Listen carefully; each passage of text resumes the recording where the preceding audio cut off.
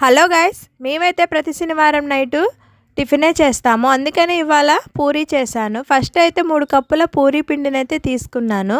అందులోకి కొంచెం సాల్ట్, కొంచెం ఆయిల్ వేసుకొని కొన్ని వాటర్ పోసుకుంటూ మెత్తగా గ్రైండ్ చేసుకున్నా. ఒకప్పుడైతే నాకు ఈ పూరీలు అనేవి అసలుకి పొంగేవి కావు. ఎందుకు పొంగట్లేదో తెలుసుకున్నాను.